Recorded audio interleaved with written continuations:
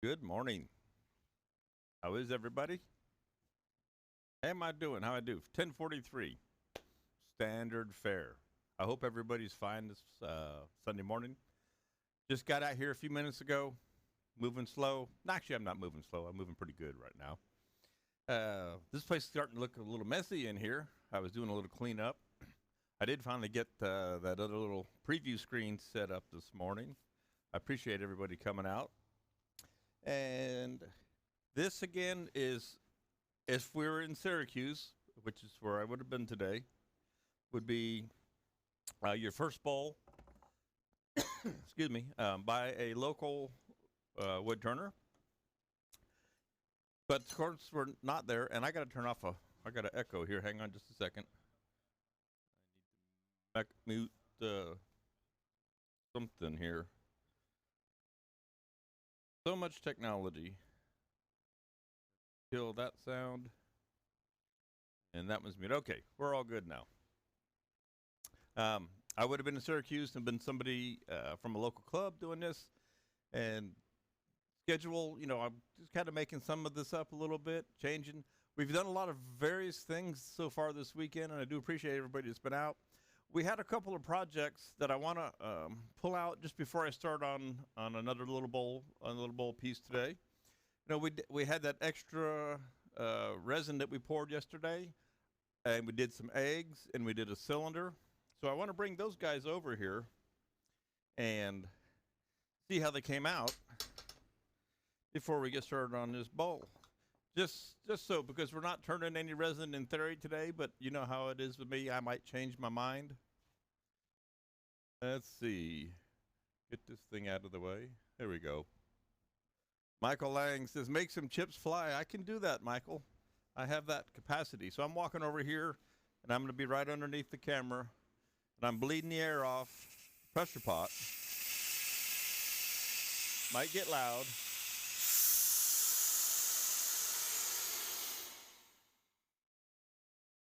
There we go. This is the piece that we had the double pour in yesterday.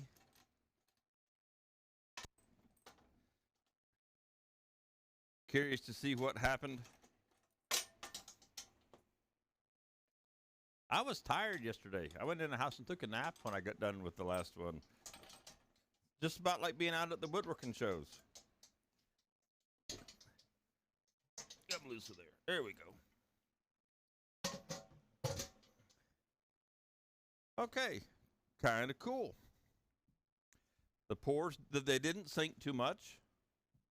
And you can see here, let me go to, I got to turn on my remote control. Like I said, I'm not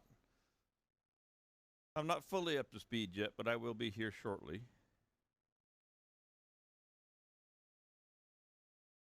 Some people like Michael and many others actually know, they say that I just kind of wing it. And I do. I just roll with what's going on. Here is overhead. So you can see the blue with the pearl in it. It's kind of interesting. And then the yellow down underneath. See if I can get you, there's a good shot where you can see both the different colors. So they didn't sink much. There's a little extra room here. It didn't sit perfectly level in the pot.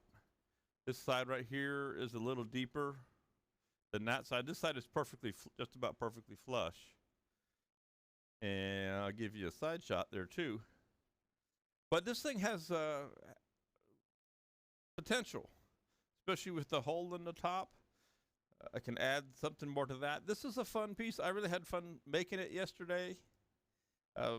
I may save this for Monday methods. I know I'm taking tomorrow off. I haven't stopped since I got back from Columbus.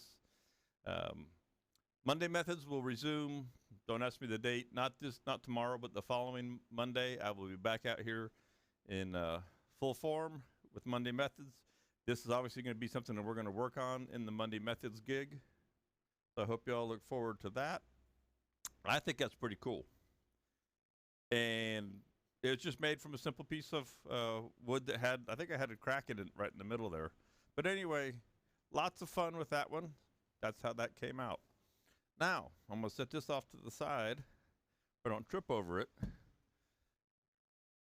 And I want to release the eggs and the cylinder from yesterday. All right?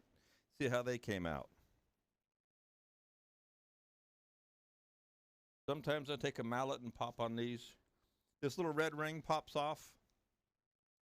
And the silicone, I just peel. Slides right off. This is the blue and pink one. Oh, that's cool. That's pretty neat colors with the blue and the pink. Get that up to where you can see it. Hope it stays in focus. And in the pink are stones. All right, remember we put the stone in there? So this will go right in the jaws. We'll just mount it just like that. And then we'll turn whatever we want to out of it. I love that color. That pink and blue together, and that's the pearl blue in the bottom. Real fun. And again, as seen on TV, super simple egg molds. Put that back together. Put this over here somewhere. Take another one out.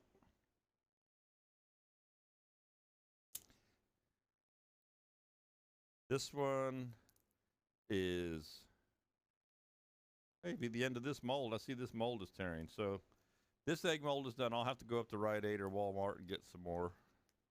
This one is green, the green yellow. That one is trash anymore. So this one is the green yellow, and you've got the stones in it. Get that in the right shot and turn it over so you can see.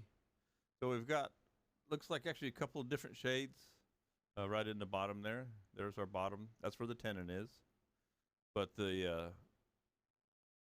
are the spin gems from Chromacraft. They're on the website in the store. You can get these guys. That's an interesting way to do an Easter egg. That'd be a perfect Easter egg if it was both ends. Something to think about for Easter coming up. Turning, I know people like to turn eggs, and using the colors and the gemstones. I think we use gold mine in this, so we'll turn this on Monday Methods too, and see what we get. Unless, who knows, I may jump on it today before we get too far along. Okay, and now the little sphere. Let's see how the sphere fared.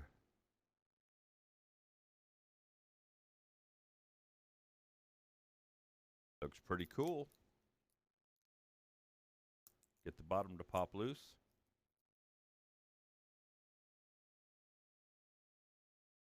All right, so this could be put between cup centers. And we have a little bit of yellow in the bottom. We've got some glitter in there. We could make a hollow. We could hollow this because it has a flat depression right there already. Get my fingers out of the way. Go forward, Brad. So little sphere molds, silicone mold. You see it popped right out of there, no problem. That little line, this little flange is where the resin was trying to escape, but stayed in. So that's an easy sphere. No turning to make the sphere. Just cast the sphere and then do what you want to with it. So I'm quite happy with those. We'll put it that way so it doesn't fall over. Just a little fun extra stuff that we did yesterday, yesterday. Put this in my mold collection over here. Put these off to the side. Again, I'm in love with this pink and blue one. I got to come up with an idea for that. What's the project, Larry? Well, the project we're headed for is a bowl. Your first bowl. It's referred to as your first bowl. That's the name of the seminar. And that's where we're headed now. I just was recapping on a few pieces there from the other day for those who had been around with me earlier so they could see what had come out. So let's get started. I think on this piece, again, it's another piece of sycamore. Let me go back to the front. It's another piece of sycamore, a small piece. This one has some spalting in it going on. So there's a crack right there. Yesterday's piece, we made a recurve bowl, right? I think today we'll make one that flares, has a lips that flare out. More almost like a vase, but we'll try and keep it bowl-like. We'll see how it goes. We'll mount this. We'll mount this on a faceplate like we did again yesterday, or on Friday. Excuse me, we did this on Friday. So we'll start this guy on a faceplate, and we'll get right into it. If you do have questions, please pop them into the comments columns over here, so I can see. More than happy to answer. One question people have I saw it last night as I was settling in. People want to know, will these stay up? Yes, these videos will stay up on Facebook and on the YouTube channel. Now, I'll probably edit out just like maybe the beginnings where I first turned them on to get them going. Good morning. I'm stepped over onto Spirocraft page. Good morning, Jerry. Good morning, my dad. Good morning, Lorianne. Good to see y'all. And let me jump into YouTube over here real quick, because I do have it in 3 places. Jeff Peters, good morning. Jeff is over on the YouTube channel.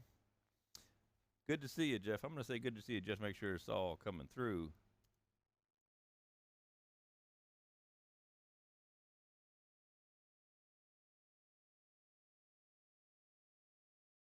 All right. I'm having fun with this. I really hope that people are picking up tips and learning and enjoying as well. Everybody's kind of stuck at home, and I don't think it's going to get any better. So this is a good thing to do, and I'm happy to do it. The question is, as they say, the question was, where did he put his faceplate? I know where he put his faceplate. It's still on that other piece of wood. So I said I was going to leave it on there because I have more, but I would have to go somewhere. Let me look and see if I've got another one in here real quick. Is there another one in the box? Not one in that box. I have lots of them. I just probably don't ever have them exactly where I'm at. Well, you know what? Let's see. If I have a drill bit close at hand, I could do it with the worm screw.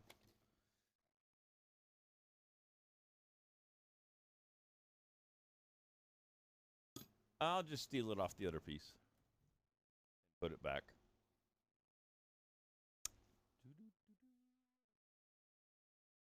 Which is over here. All right. Because it's already got its tenon on it, so we don't need the faceplate there anymore. So we will take the faceplate off of that. Mount up our next little blank.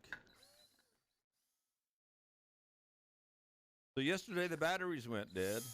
I ran in the house and grabbed another set of batteries. Just some inexpensive ones I had. And I went out this morning. That's where I was. It made me a little late. Of course, you're not late till you get there.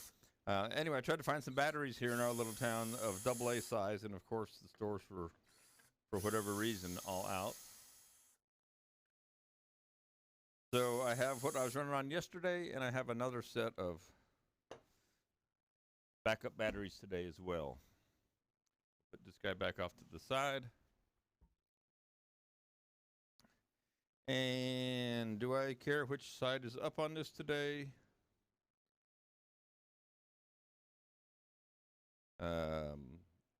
That's got the splits on there, so I'm going to make that the bottom. So we'll make this top.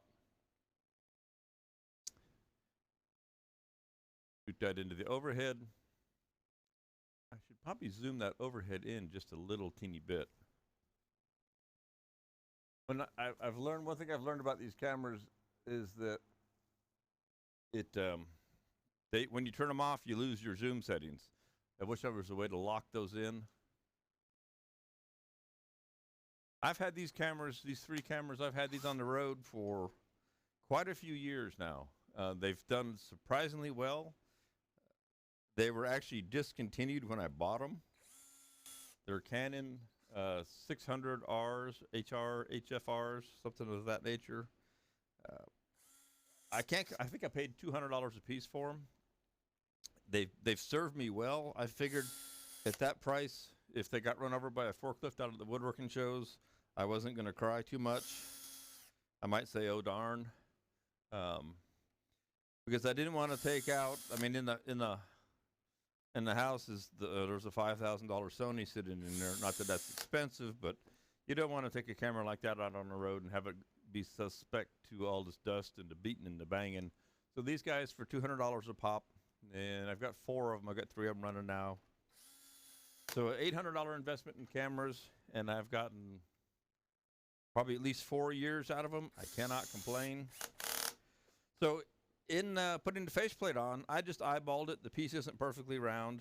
Again, if you weren't here Friday, always clutch your screw gun so that you don't strip out the screws as you're putting them in.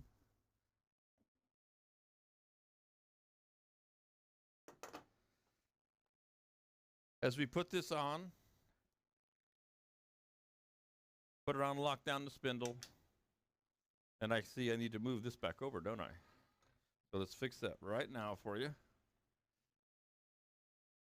There we go. Back in the middle of things, kind of. Probably move it over a little bit more. There we go. All right. Don't tighten it up so tight that you won't be able to get it loose when you go to take it off, because it'll get smaller, and they want to tighten themselves up anyway. So always make sure to just snug it up. You could put your set screw in if you're of a mind to. I always use the tailstock. Keep things. Am I going to break 8 screws on this? I seriously doubt it, but do I want to take the chance? No. Especially out in the woodworking shows, I've got an audience sitting right there. I don't want a piece to get away.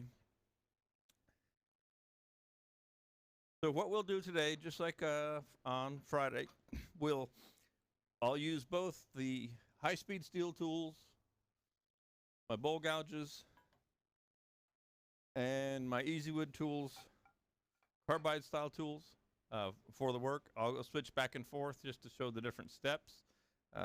Some people have one, some people have the other. If you're here because you are just getting into bowl turning and you don't know what to use or what to buy to go out and get, either way will work.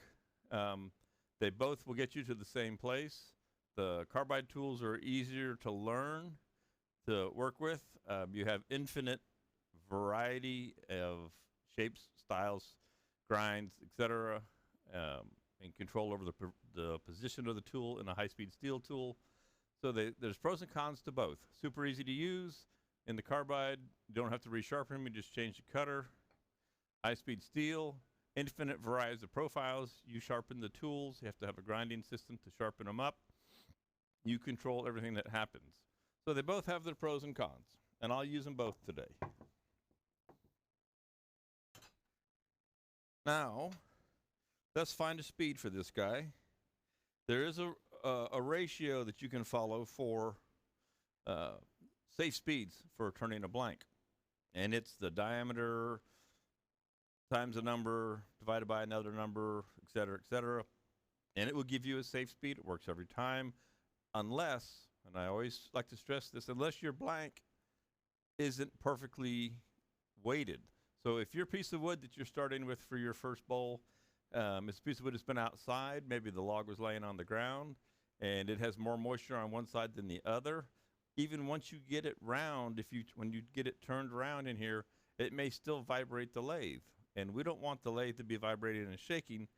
So it's easier, and I feel more appropriate to just use the speed of the lathe to gauge the speed. That you want to turn it as fast as you can safely, because the faster you turn it, the better the tools are going to cut. But I just start at 0. Forward would be even better. And I look for a speed where the lathe starts to shake. Now this piece is pretty small, doesn't have any mass to it, and I know it's dry. So I can turn it pretty fast I'm going to turn it at about 800. Okay. Um, I got a little bit of vibration in my controller over here. Other than that, not too bad at all.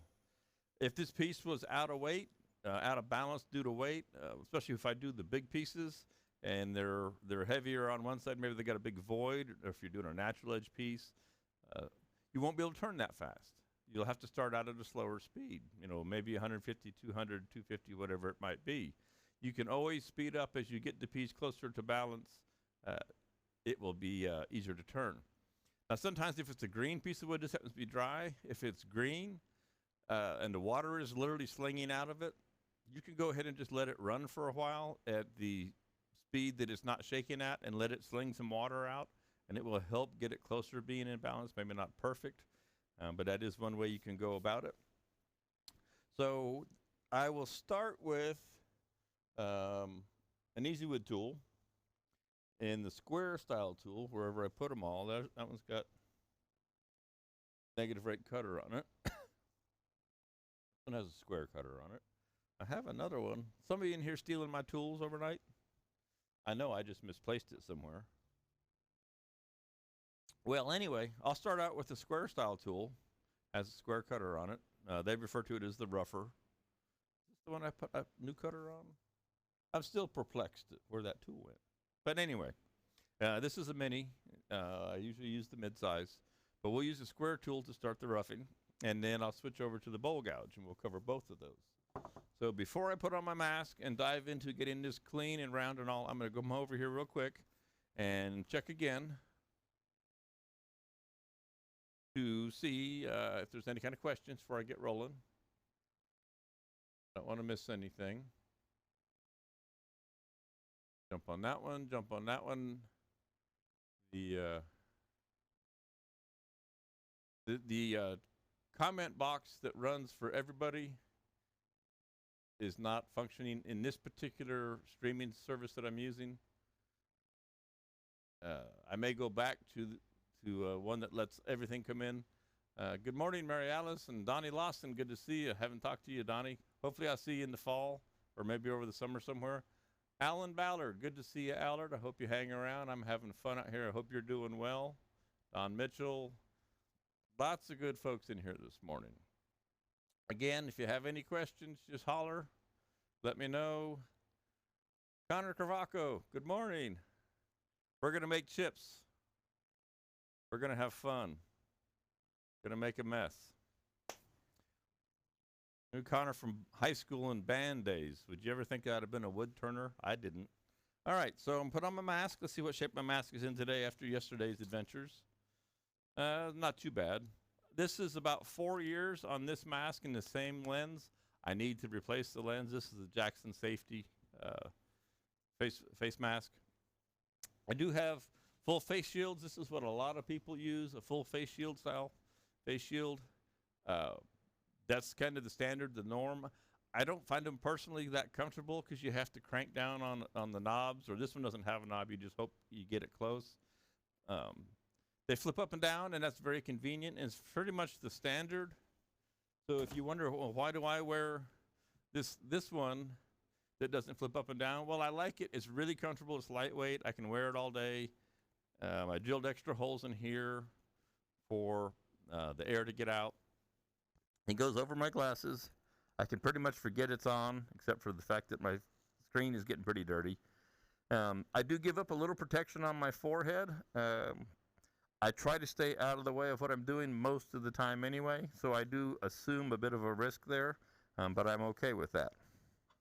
All right, let's start with the mini, because I can't find my mid rougher. And we're going to set this tool at the center axis of the lathe. Dun, dun, dun. You can see from the end shot there. And I may pull this end shot in too. Hopefully these are on manual focus. They're supposed to be. And set at about 3 or 4 feet. I learned that the autofocus just won't stay. It can't keep up. So that looks pretty good. I'll start from the right and go to the left. Now with this tool, I only use half of the cutter. Instead of using the entire 3/8 of an inch or so, whatever this is, I take twice as many cuts that are lighter, and it makes it easier on me, and it's less aggressive. So there's my speed, there's my tool. Just a couple of fingers on top of the tool is all you need. Let me jump you to overhead here. You don't need a death grip on it. There's no need for that. Just a couple of fingers, good grip in the back. And there's a ghost image right here that you can probably see up against the tool rest there. And that's what I'm going to cut away, is that ghost image. Just drop in here real lightly. Now while I'm here, I'm going to go ahead and clean up this front face. So I'm going to go back to the end, because it's not clean and square. So since I'm already here,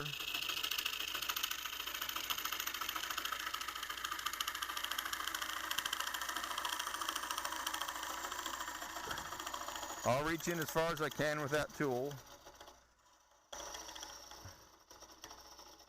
So I have overreached the limit. Technically, there's a maximum overhang of right there, and I went right to the hilt, but I'm not cutting a real heavy cut. All right, back in here, half the cutter, just making it round. Nice light cuts.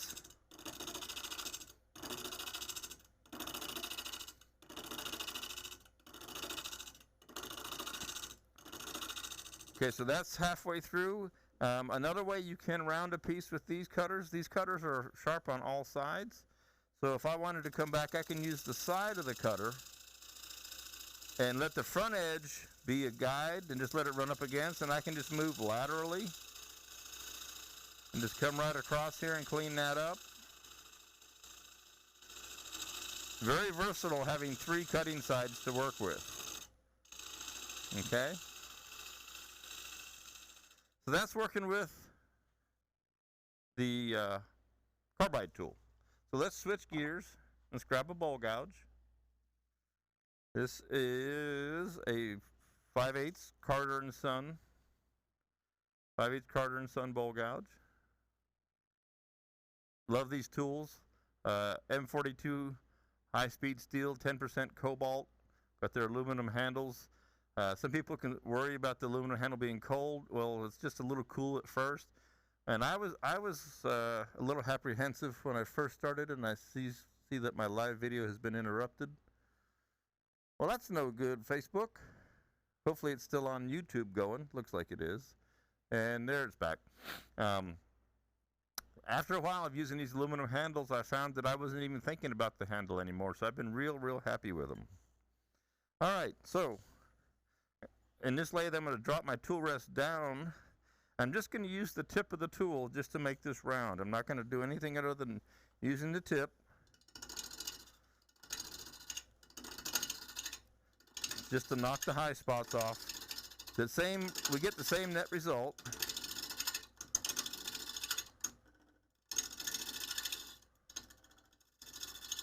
And once I have it kind of close to round, I can come in, let the tool engage, and start to cut. So at this point, what I'm doing is I have the cutting edge on the very top, and then all this area you see here in the shiny, that's referred to as the bevel, from all the way around to the front, the other side. Well, that bevel supports our cutting edge. Without support, we tend to get catches in the piece when the piece is being turned. So we want to have a little bit of support right below the cutting edge. It's referred to as rubbing the bevel, riding the bevel, floating the bevel, lots of different things. One thing to be conscious of is if you rub or ride or float the bevel too heavily, your heel, which is the bottom of the bevel here, can grind or leave a mark behind, especially in your finish cuts. A lot of people will have a second and even sometimes a third profile ground away here to relieve that issue. This one is just kind of straight ground. But as I start to cut now with this, I'm going to go back and start to actually shape this piece. I'll be letting the bevel contact the wood ever so lightly, literally just floating, and we'll make the cut coming back towards the right. So I'm going to change you over to the end camera, and you'll see as I come in, I'll come down the piece and then I'll start to come around the corner. And now that my piece is round, I'm going to bring my speed up a little bit more. Take her up to about 1,000. Actually, let me show you this in the overhead so you can see how the tool is touching. The bevel area is supporting the cut. And with these long wings, this long wing section here, I can start to cut. That's cutting, a good 1/4 of an inch. I can cut 1/2 an inch of wood in one pass, and that's why we have these long swept back grinds. More cutting surface.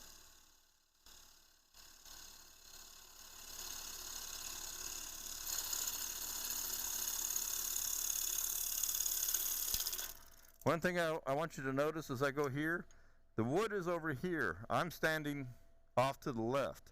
So all this work I've been doing, I'm not in the way of anything that may be flying off of here. It goes to safety, my safety shield, not wearing a chest protector. Some people, they think if they put on a bunch of armor and they can stand right here. I think it's a false sense of security. I believe it's a better practice to get used to working just out of the line of anything that would be thrown, the line of fire, as they might say. So I'll tend to stand off to one side. Okay. Make another pass across here.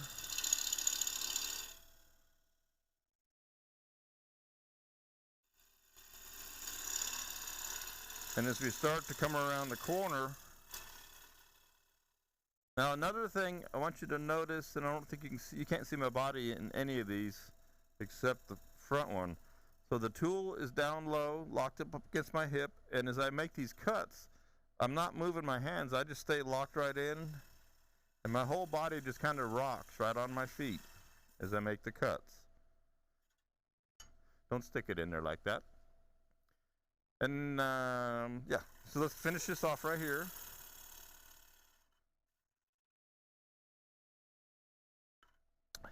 Now we'll come around the back side, and I can make a little bit of a cut before I move my tool rest.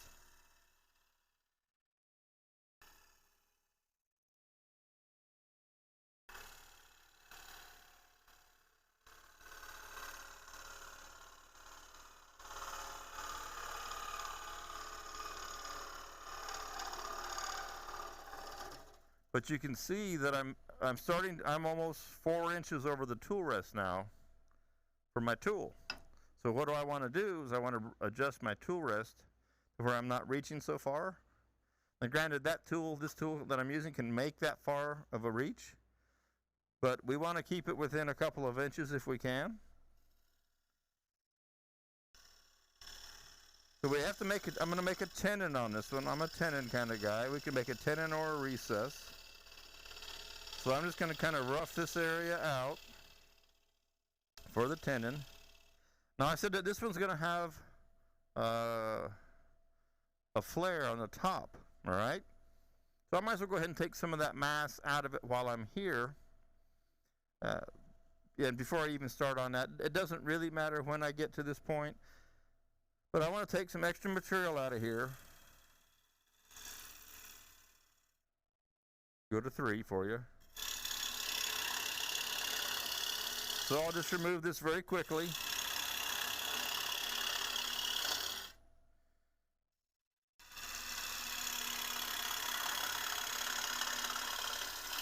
So as I sweep the tool around, I just rotate my entire body back up here. I just rotate my entire body to make that sweep. Makes it very easy.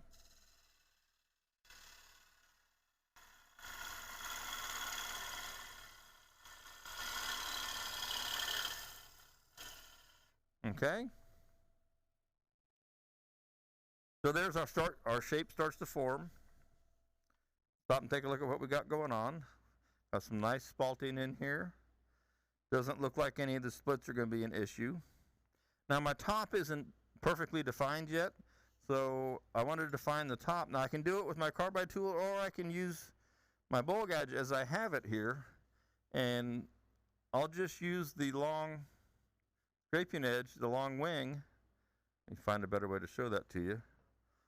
I'll use this long wing and I will draw across the face of the top to clean that up, make that flat. So regardless of which tools you have, there's a methodology for getting where you need to be. Okay? So if I didn't have this, if I didn't have a bowl gouge, but I had my carbide tools, I would use the square tool. And I would just come in here with the square tool and come right across there and flatten that up. Okay? All weekend I have been trying to turn off the lathe. I've been trying to turn off the lathe with the remote control for the cameras. It's new to me, and I keep thinking off, and my brain says off is over here for some reason. I don't know why. Okay, so we've got that shape. Now the next step we're going to do is make a tenon down here on the bottom. Could make a recess. Going to make a tenon just because I like them. Let go there. And that was good on the tip. Pop off my mask. I want to check real quick, see if there's any questions, and we'll jump right back over.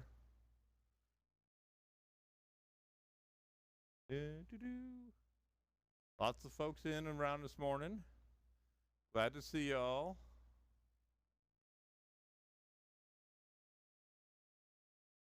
Quick look here.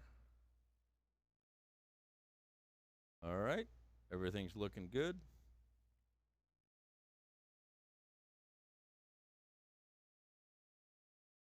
Quick sip of cool water. That quit, huh? That quit running. Facebook is doing some strange things.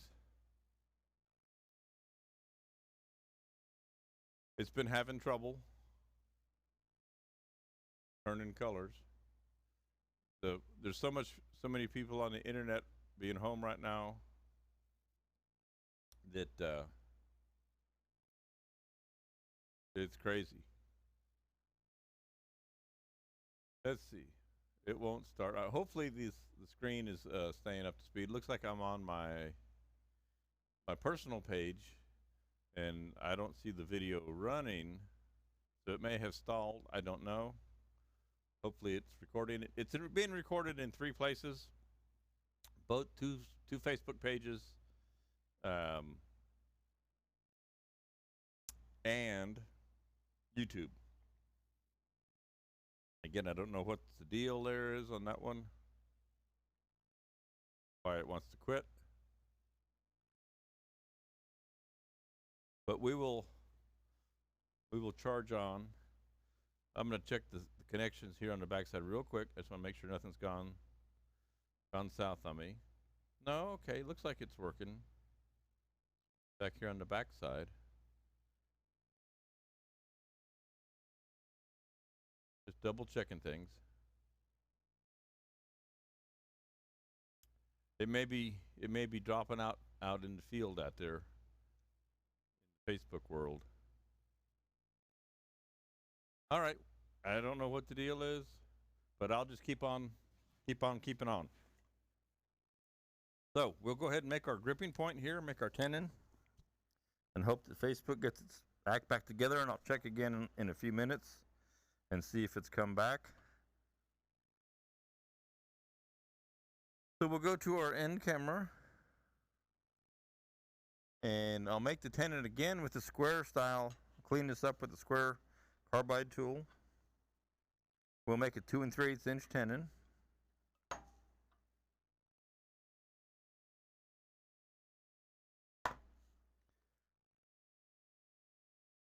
Clean things up.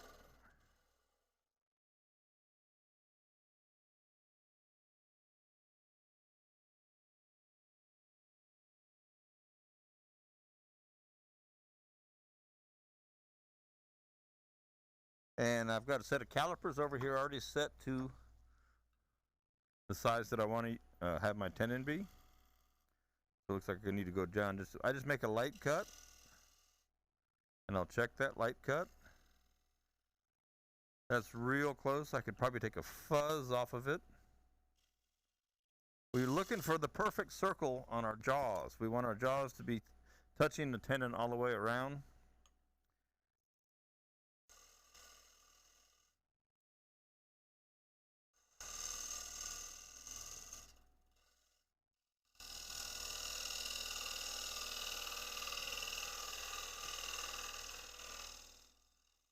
Now, one nice thing about this cutter is it's exactly the right size for to use as a measuring guide. When the tenon is as long as the cutter is, it leaves me a 1/16 of an inch gap right here on the bottom of the tenon. I want my chuck jaws to ride on this surface, and I want the jaws to grip the sides, and I want this surface to be hanging in the air. I don't want it to touch anywhere. I also like to make sure that this is slightly concave.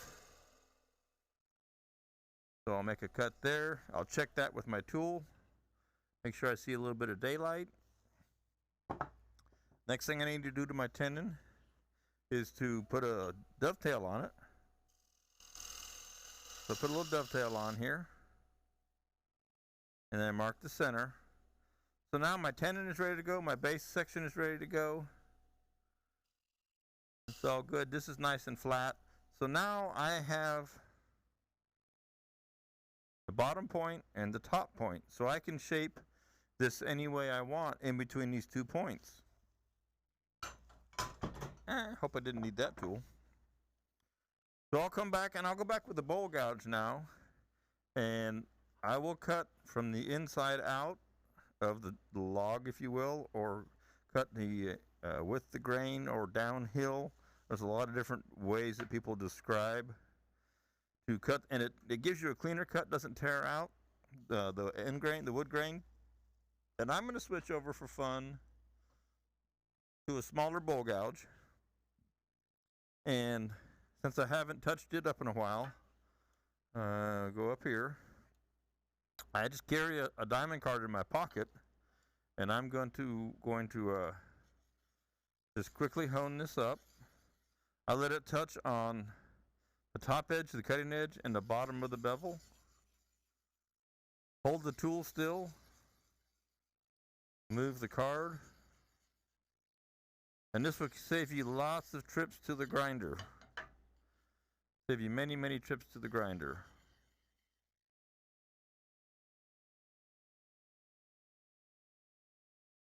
And it just cleans up that top cutting edge. Makes it nice and fresh and sharp again. And when you're making your finished cuts, you always want to make sure you have the sharpest tool available.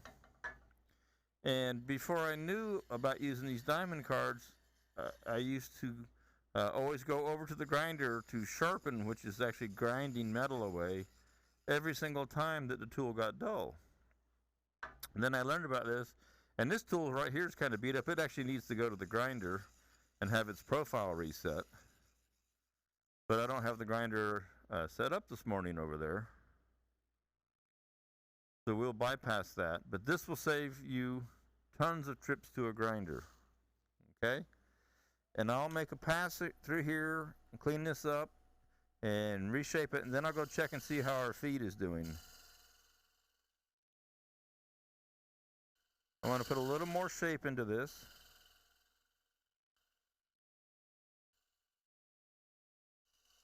And I should probably go to the end camera for that. Or overhead. We'll do both. Again, you see there's no death grip on the tool. Matter of fact, the gouge self-feeds. All the control is with your backhand or right hand if you're right-handed. The bevel rides along, supporting that cutting edge. Just taking a nice light cut.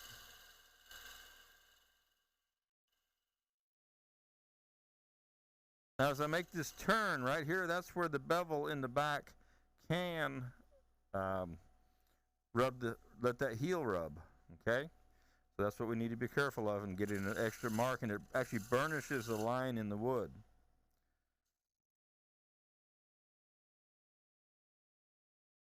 Just clean this up with a real light cut. I can also use the wing of the tool and just kind of draw across here to clean that up. And we get a nice clean cut. I got a little funkiness right in there, but this is all clean. There's no torn grain whatsoever. That's fantastic. Real happy with that. What I can do, if this guy is sharp, and if not, we can fix it. This is another tool, 1/4-inch bowl gouge with a real short bevel on it. And I can use that to come around this corner and not get my heel rubbed. And try and clean up that cut. I need to alter my tool rest.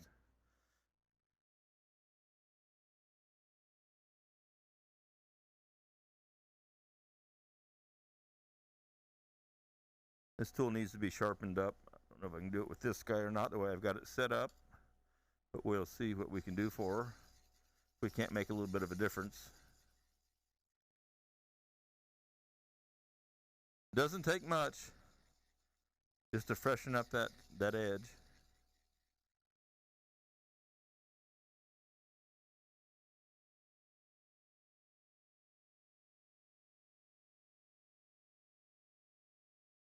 Night and day difference just from making that little pass with the file. Okay? And we'll just blend that in right there. Okay. That's all reasonable. Let's go check and see what's going on with our feeds here.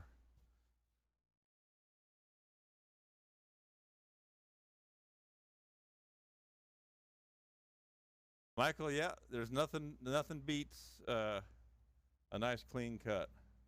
It looks like tell me, I guess I'm gonna I see comments happening in the comment field, but it looks like the video is frozen, at least on my feed. So I hope that everything is getting out there.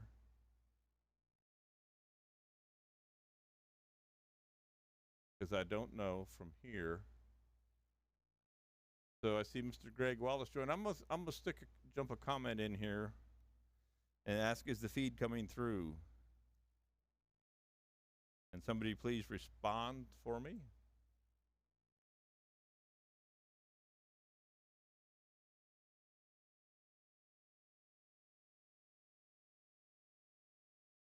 I'll pop that right there. And that's on my personal page, and I'm gonna jump over to Spidercraft and ask the same thing. I just want to make sure I'm not talking to the chickens out there. This one looks like it's doing okay. Okay, Bridget says she can see it, and this is on the Spidercraft page. Technology is a wonderful thing. Thank you for the heads up there, baby. And looks like my personal page might be dead. I don't know. But so Alex popped in there. So Alex, obviously you can see this feed because it's frozen for me on the screen on my personal page here. But it looks like it's working, and we'll just keep right on charging along with this pretty little piece of wood. All right, so it's time to turn it around. That is a pretty piece of wood. Which camera am I on? This, I'm on the overhead. Okay, yeah. This nice spalting in here. Something to keep in mind, this spalting is a fungus. It's white wood rot. It is a fungus you want to be careful with these powders. Breathe in the dust. I would normally have, if I wasn't talking, I would have on my mask, which goes right up underneath my face shield. Keeps me safe, keeps my lungs safe. I already cough as enough as it is.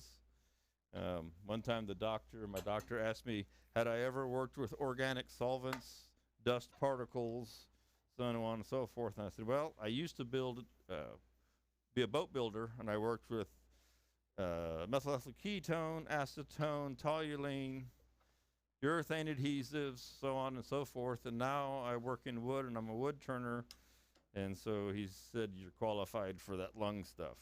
All right, there we go. Let's pop back up here. Yesterday was a warm day out here. This morning it was 65 in Metter. We're loving this. And Bridget and I were talking before I started out here. Is there any place in the world where it stays 72 all day, every day? And I said, this is live. I said, I don't think so, but if there was, you probably couldn't get a house there. So this will be a fun little piece. And I'm going to leave this flange on here, and I might even change it again some. Leave this top rim on this. Nice big rim. Because if you put a nice flange and rim on here, you can decorate that.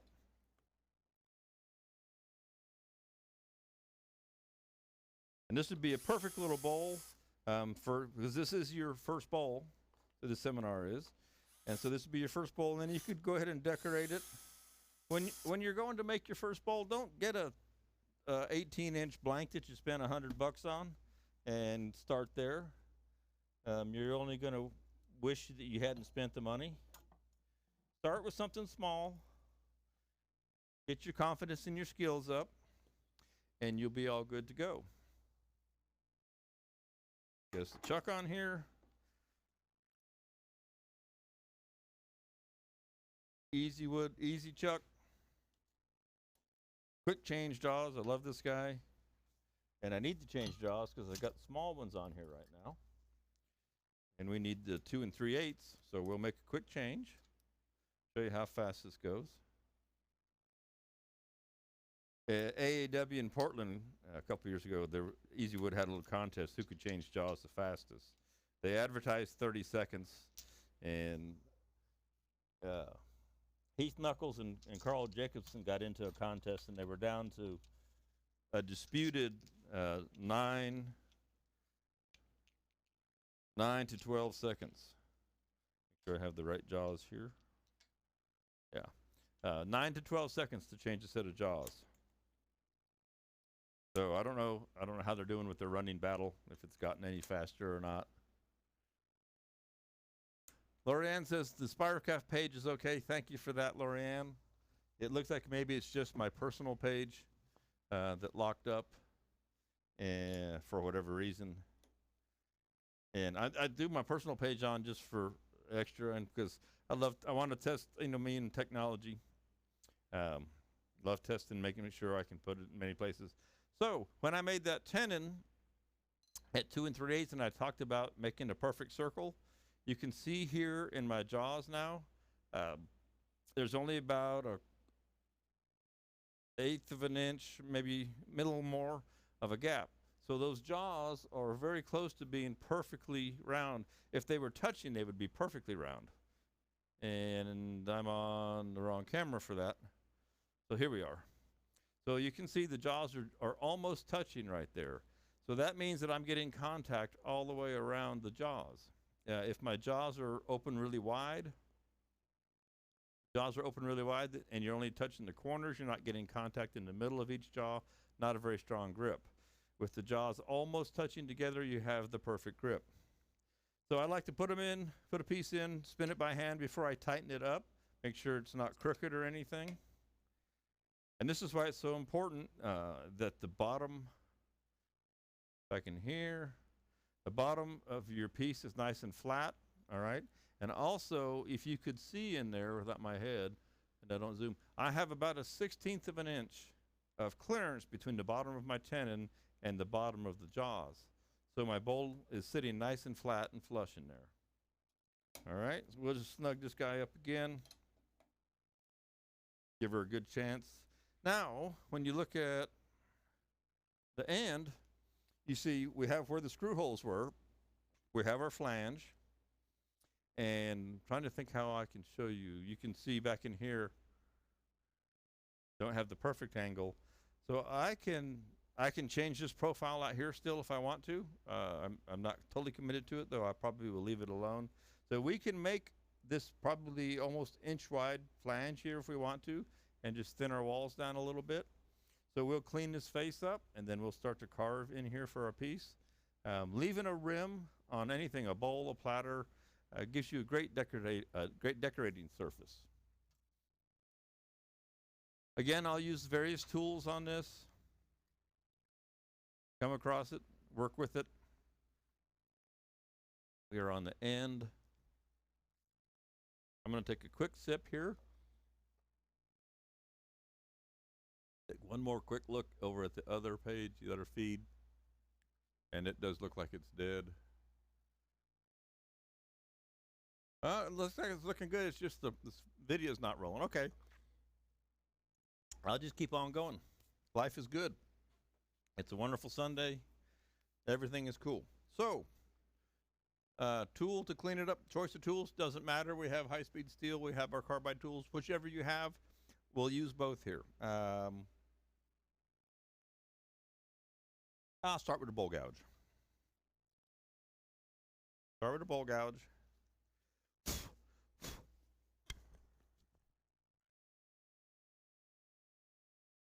There's my smaller one I was using. I've dropped my tool rest all the way down for this. And let me get you on 2. There we go. I'm going to take this watch off real quick.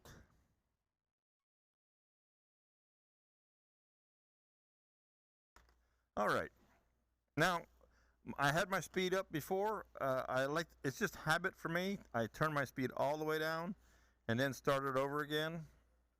Just habit, so that I don't inadvertently start out. If I might have been up at a super high speed and something's not just right when I turn it on, it's all obviously going to be too fast.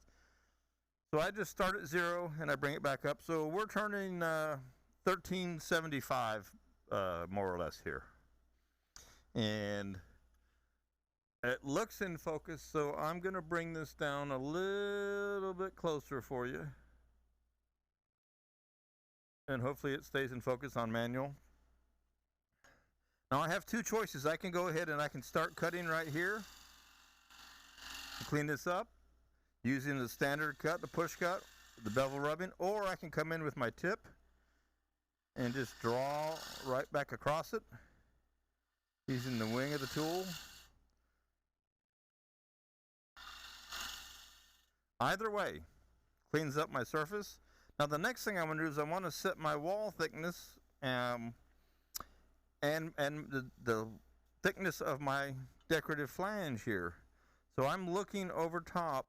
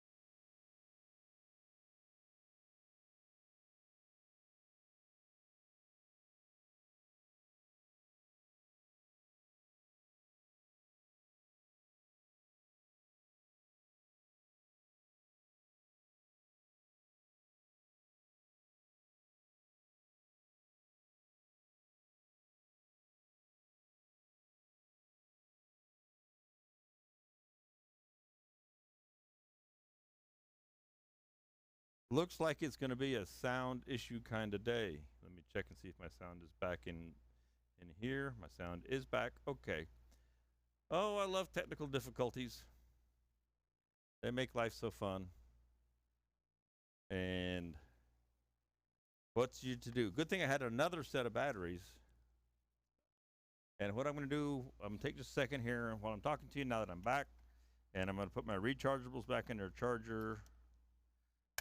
I was using some non-rechargeables there, and I'm still using non-rechargeables. And I'll see if I can't get some juice into these guys for later today. It says I have to put them in the right way. Okay. So sound should be back. Don't know how long it was out, and I apologize. Give me a thumbs up that the sound is back there, gang. It's always something. Let me know if your sound is back. There's a 20-second delay. Like this.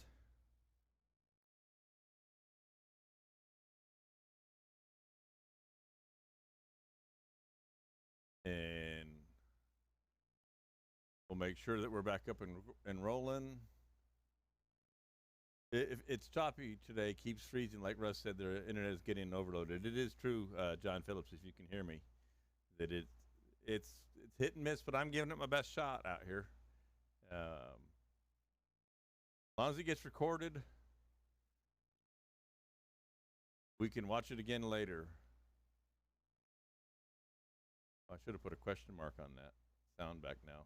So y'all let me know if the sound is back. Please and please. And let's say, I'm going to check here.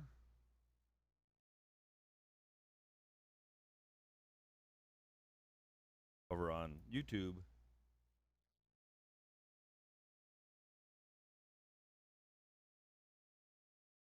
My producer would normally do this, but since I don't have one, I just have to take a few minutes and come over here and check on all these goodies. All right. Hopefully everything isn't frozen in the world out there. I'll keep on chugging. I'll keep checking over here and making sure that from this end it is going out. I hope you're getting everything, because this is a fun little piece. I hate for you to miss it. This beautiful piece of wood. Okay, so where am I at? What am I doing? I'm going to keep using the bowl, guys. Now I can set this wall thickness right here. I can set this wall thickness down and work my way down inside this little piece. Beautiful piece of wood up here on the top, a little spalting going through there. Nice grain. Sometimes it's a shame. So when you have this nice grain in here and you cut it away, that you lose it because it goes down and it ends up in the very bottom of the piece. But that's just the way it is. That's why they made more wood.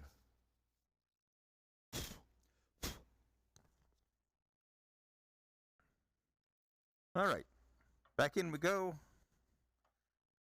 I'm not even worrying about the time anymore since there's been some technical difficulties. We'll just go until it's done, and then we'll take a break and we'll do the next one. And then probably this afternoon, I'll just go right on through. So I'm on there. Okay. Bowl gouge will come right down, or find our wall thickness.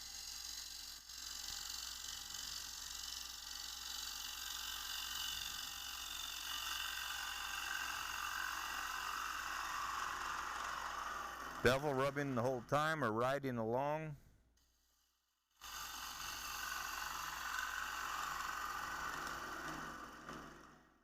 Now what I'm going to do, and this is key, I'm going to work down about 1.5 inches. All right? And in that, once I have that 1.5 inches where I want it, I'm not going to come back. I'm going to make it nice and clean as I can. Because when I take the next section out, the wood will release tension in the fibers, and this upper section can move. Okay? So I will make this as nice and smooth and clean as I can get it, and the thickness that I want it. and then I'll leave it alone. I won't come back. Because if you come back, you'll just be chasing that. I need a little thinner right in this last little bit right there. So I'll just kind of pick up the cut here. A little bit more out of this. I'm making this not super thin, but respectably thin. Okay? And one more last cut down through here. You can see the nature of the cut. It's just very light.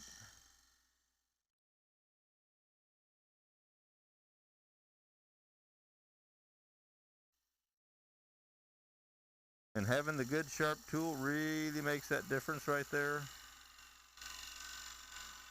Okay. So that looks pretty good and clean. Hey, Bridget tells me I got lunch in the microwave. Sweet. I love my wife. She's so good to me. She got me lunch yesterday, and she's got lunch for me now. So this is a great little piece, okay? Now let me switch styles of tools, because I want to go back to carbide tools. Don't want to leave them out of the game. And we'll work our way down now with carbide tools. I'll take a little more out of the center.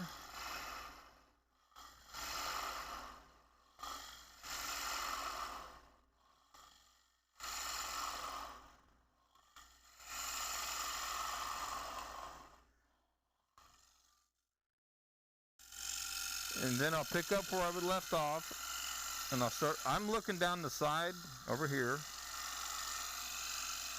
And I actually have a little bit of reverse flare in this.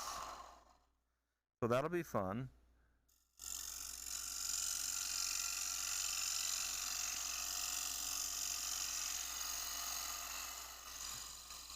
Hopefully you can see in there okay. I hope I don't get my head in the way.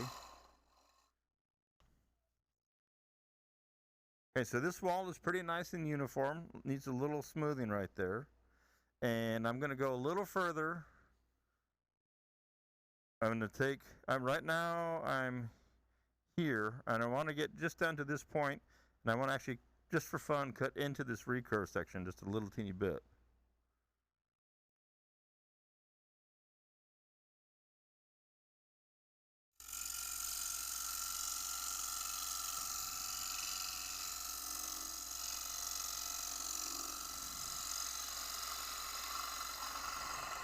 So what I'll do is I'll take some more of the middle out.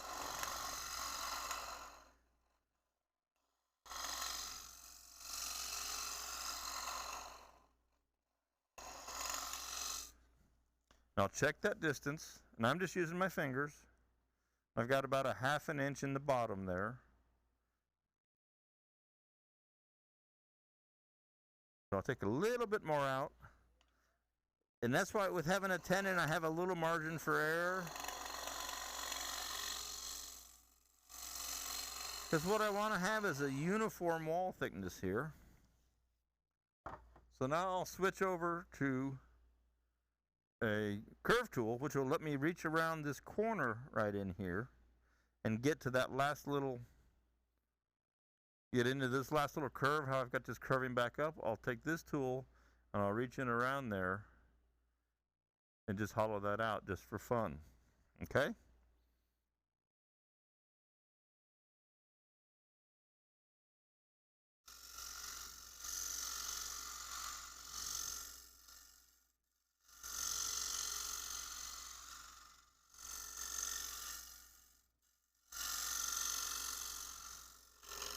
And then I can come across the bottom of this as long as I rotate the tool and keep cutting on the tip, I'm okay.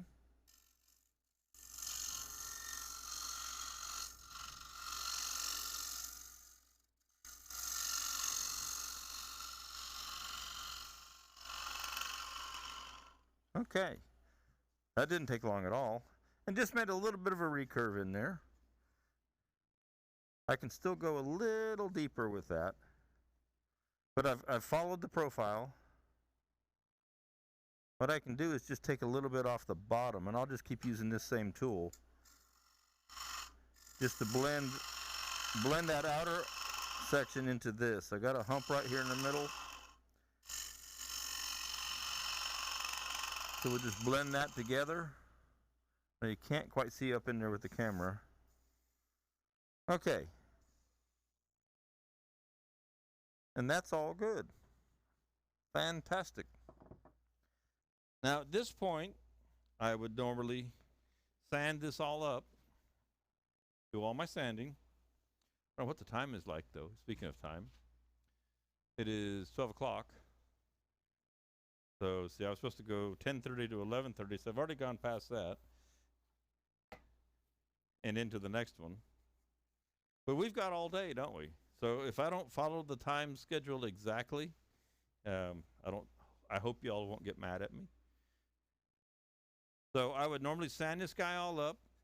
Right now, I'm not going to, um, but I will take the tenon off because I'll just deal with the sanding in another fashion. So how do we get rid of the tenon on this? Well, we can put it in a set of bowl jaws, which I think I might do today. Yesterday or Friday, I did a reverse turn, reverse chuck, if you will. This one is screaming, put me in a set of bowl jaws, and if people aren't familiar with that, I think I'll go ahead and show that. It takes an extra few minutes, but we've got time. So let me do that. I'll set this up for a set of bowl jaws, and then we'll take the tenon off that way. But I would have gone ahead and sanded this guy. It's a nice little piece. And I'll flip over here to overhead. So it's got a nice shape to it, this way. Got a nice inside, curves right around, rolls on down into the bottom. I even recurve back up into that back corner. Beautiful wood. Nice little piece for a first bowl. Again, don't start with the big giant log and think that you're going to take on the world. Just start with these small pieces. It'll serve you well. You'll get to bigger, fancier things in time. Because the one thing you don't want to do is, if you take on too much project for your skill set at the time, you get frustrated. I know some people are just kind of impatient by nature. I mean, nothing against that. I go. But you don't want to get yourself frustrated, because then you won't want to keep up the hobby. And it's a wonderful hobby. So there's no need for that. So I'm getting down in here and getting out a set of bowl jaws. And I think I can use the little ones or whatever's got enough bumpers on it.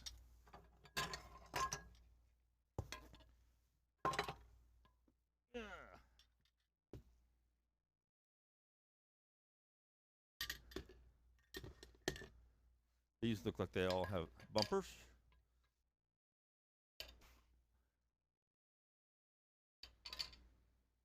These are easy wood jaws because they pop right in their chuck. They're designed for their chuck.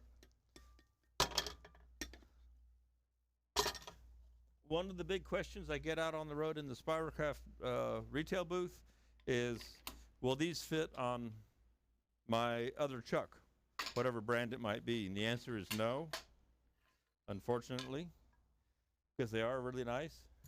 But the bumpers, and I haven't seen anybody else who has these nice urethane cone-shaped bumpers. We do. Spiralcraft carries the bumpers separately. They're on the website. I don't think anybody else does. I had to beg Easywood to send them to me. So if you just want the bumpers, they're great urethane bumpers. And you can get, if you have to get a different screw for yours, you can. And I need the wrench for this. Always the challenge. I had found it the other day. I wasn't planning on using these. And I saw it. I had it. It's here somewhere. I know it is. There's that other tool I was looking for earlier. Put it on the rack. So when you change plans in midstream, well, sometimes it takes a little bit to find things. Certain I had that wrench for these bumpers. If not, I'll do it the hard way. And of course, when I finish, I'll find it. I know that. As I adjust these, I find the right size. Okay.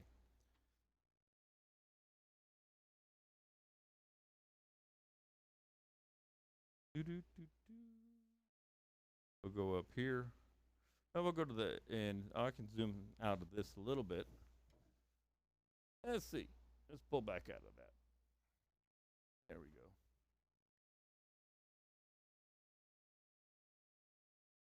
And we'll take all these out, and I'll figure out where they need to go. So this is one of the easier ways, even if it's a little bit slower, to change your bumpers around. And I seem to have innate, not innate, there's a word I'm looking for, which I can't find. I have more trouble with it, I think, than most folks getting the right size. It seems that I always battle with it, but I think it's just me and the way my brain works. I don't think it has anything to do with the product. Just me. And I don't use them a lot, quite honestly. I usually do that reverse chuck that I showed you on Friday to change them out, to take the tenon off, because it's just so fast. When I was in my production style art turning days, of turning all week and selling at the art and craft shows on the weekends, I needed to be fast. Time was money. And I just used that other method, and it went super fast for me. So I think if I go to that row, I should be okay. I have a little extra room. Now, I think I have not an aversion, because again, it's a good product. I worked 5 years with the woodworking shows out on the road, and I never had a piece come off the lathe and go out into the audience for 5 years.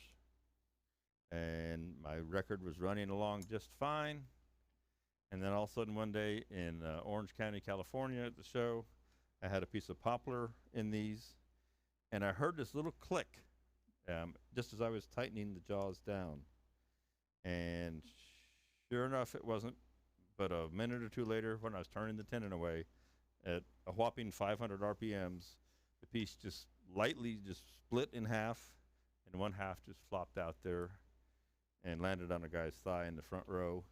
And there went my 5-year record of never tossing a piece out into the audience. And I don't know, if Bob Baxter, if you're around down here today or not, or if you see this, but somehow or another, Bob Baxter over at Peachtree, we're good friends, and we always helped each other out on the road. I looked over from across the hall, and he already knew somehow from the sound. And he just smiled at me, and I knew that he knew that I had thrown a piece out into the audience. Oh, well, nobody was hurt, and all that. Pieces do break. It happens to everybody at some point in time. This one doesn't want to cooperate. There we go. We're getting close.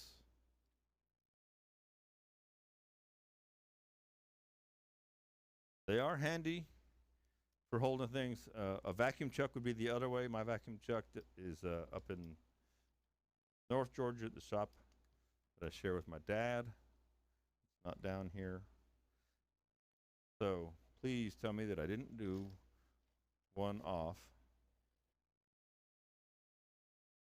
Just needed to grab that. Perfect. I still have a little bit of space there, so let me go to 2, which is the end shot. And we just need this in here snug. We don't want to break it. Okay. And I'm still going to use the tailstock when I do this. I always use the tailstock. So what we're going to do is we're going to turn this tenon away right here, and we'll be nice and clean. And that holds the bowl nice and secure.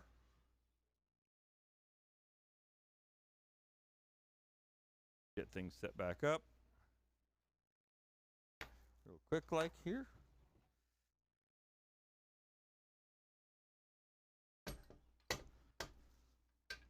Now the next seminar I'm going to do is on coloring, and so it will take me a little bit to get set up for that. most of the stuff should be in the van or in some boxes here. I may not have everything because the warehouses, I just tossed everything out when I got in the other day. Um, so I may not have everything at hand. So when I finish this up, I'll give you a time for when I think I'll be able to come back out here or be able to come back online, and you'll be able to know. In the meantime, we'll finish this guy up. So, don't want a lot of speed. Let's set our speed at 500 is fine with me. Okay, the maximum is 800. They don't recommend any more than 800 RPM on this. Okay, and there we're set. We're rolling. We got our tailstock in place. So I can use bowl gouge. I can use carbide tools. I'll use a little of each to pare this tenon away. And when I get close, then I'll go ahead and take the tailstock away. Okay. So put on the face mask here real quick. And I'll grab my little bowl gouge.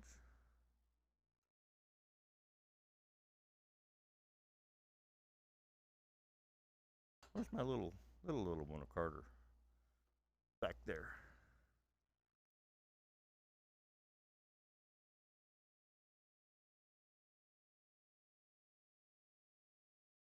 And just cut. You can just cut straight in, using the bevel and the cutting edge. Go right up to your base.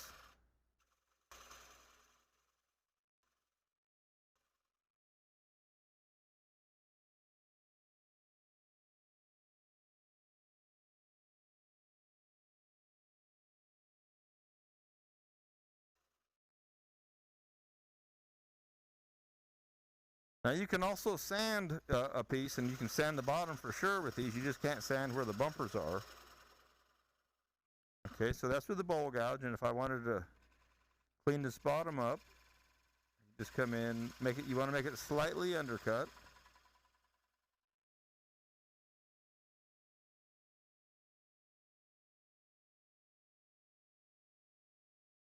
Okay, so let's switch tools to carbide.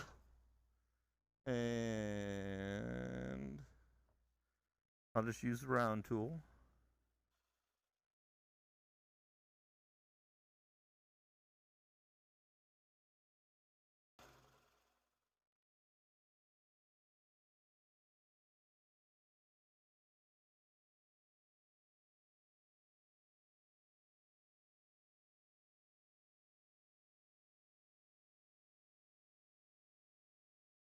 Now, another way you can do this, and if you want to play with your detail tool, come in with the detail tool. If you're not trusting, this is very similar to what I do in the reverse chuck. I just make a little cone. I just cut that cone away. A good way to practice this where it doesn't matter,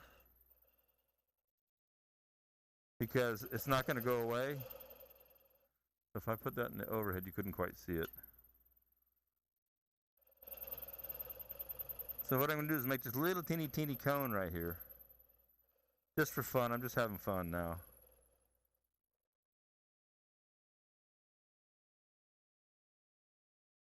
All right.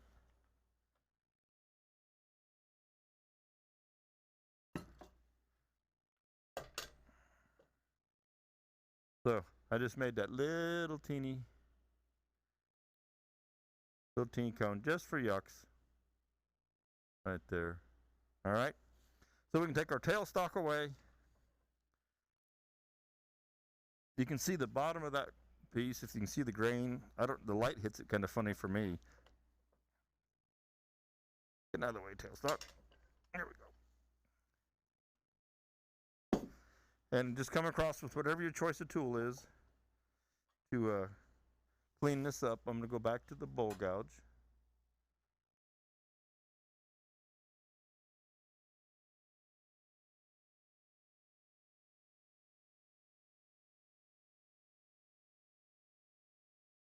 Sounds like it's actually fairly thin inside. I may have pushed the limit on the bottom there. You can hear that high pitch.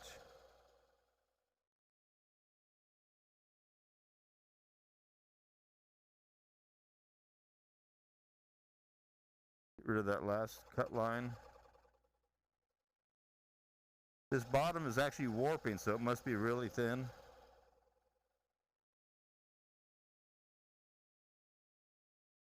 So I would stop there and go ahead and sand the last of that little line out of that.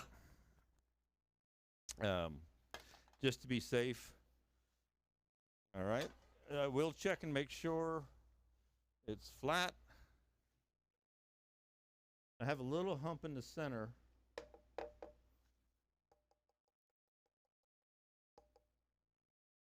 But I'm going to sand that hump out because I do not trust what I did in the middle. Got about a 1/16 of an inch hump in there right now. Let me show you here. You can see how the tool rocks just a little teeny bit. And once I take this out, I'll be able to see. But I would just sand that. You can put it back in to sand, take it out and put it back in. All right. So if I take this out and I can see light through the bottom, I know that I actually went too thin with it, which wouldn't be the first time. And if you haven't made the bottom of something too thin before, you will at some point in time. You'll make one too thin. It's just a matter of when.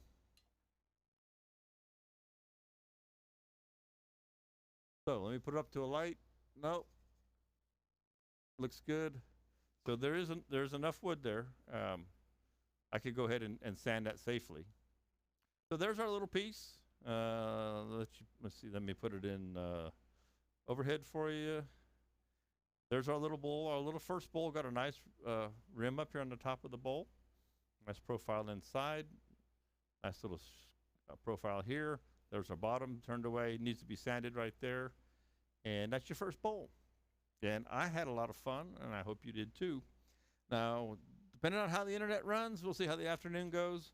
But let me see. What time is it now?